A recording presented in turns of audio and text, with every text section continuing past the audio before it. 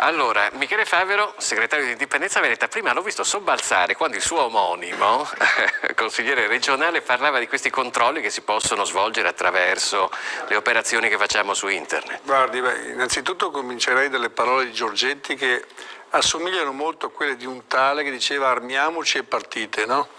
Perché io non ho mai visto nessun sacrificio da parte della classe politica, neanche durante quella pandemia politica chiamata Covid, dove addirittura non hanno rinunciato nemmeno ai loro rimborsi sebbene dovevano rimanere a casa. Allora Giorgetti dia l'esempio decurtandosi ad esempio il suo stipendio, che credo come ministro sia un lauto stipendio.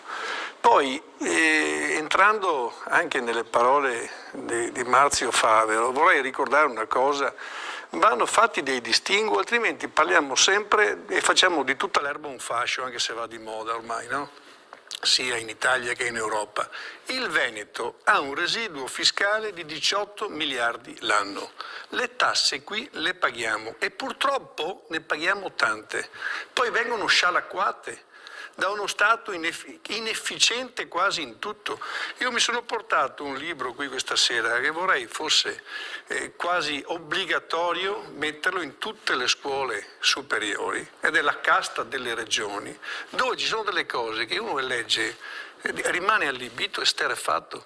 In Sicilia c'è un museo, per dire, che ha 21 persone che, diciamo così, dipendenti di questo museo, che devono controllare a Caltanissetta per la precisione, spende 630.000 euro l'anno e c'è stato un visitatore. Allora non parliamo più di evasione fiscale, perché mi infastidisce sta cosa, perché se noi pagassimo il triplo di quello che paghiamo, lo Stato troverebbe il modo per scialacquare questi soldi. Qui c'è evasione lavorativa, troppe persone pagate per non fare nulla. E andiamo a vedere dove sono queste spese inutili che lo Stato fa. Ma poi magari manca personale dove servirebbe. Esatto.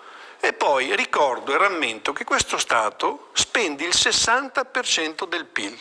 Penso sia l'unico in Europa che riesce a destinare alla spesa pubblica così tanto. E le tasse, per chi conosce questa parola, che andrebbe poi precisato tra imposte, tasse e tributi, arrivano al 70%, e io invece sottoscrivo tutto quello che ha detto il presidente di Coffimi, perché purtroppo qua le aziende sono martoriate e nessuno se ne accorge, e le aziende che hanno avuto invece degli utili grazie alla politica fallimentare di uno che si chiama Draghi, che noi abbiamo portato in Europa e nel mondo come un genio dell'economia, che era proprio lui che diceva che la Russia avrebbe avuto dei gravi problemi quando noi con le leggi di limitazione avremmo tagliato poi i fondi eccetera eccetera. La Russia non ha fatto altro che vendere il suo gas alla Cina, e invece noi, che siamo i più intelligenti di tutti, lo compriamo dagli Stati Uniti pagandolo il triplo e sacrificando le nostre aziende.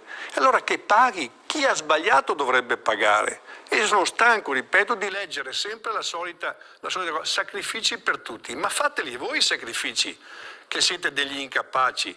Abbiamo uno Stato che è arrivato a 3.000 miliardi di debito pubblico. Questo debito pubblico, che poi sento taluno dire ma è un debito che non esiste, esiste e come? E produrrà 100 miliardi di interessi passivi.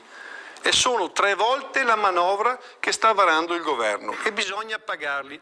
Oltre a questo si pagherà poi il rientro del PNRR periodico, no?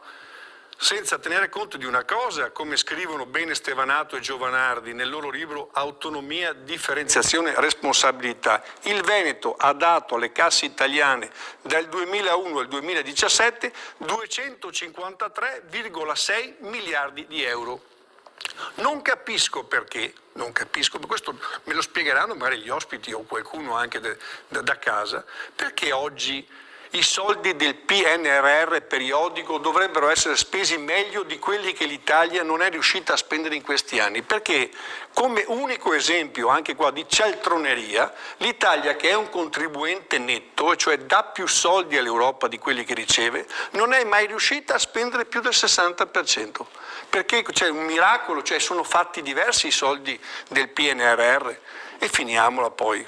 Veramente sono stanco di sentire dire sempre la colpa è dell'evasione fiscale. Evasione lavorativa e la pubblica amministrazione inutile fatta di una burocrazia inefficiente costa il doppio dell'evasione fiscale. Non lo dice Michele Favero, lo dicono i dati della CGIA di Mestre.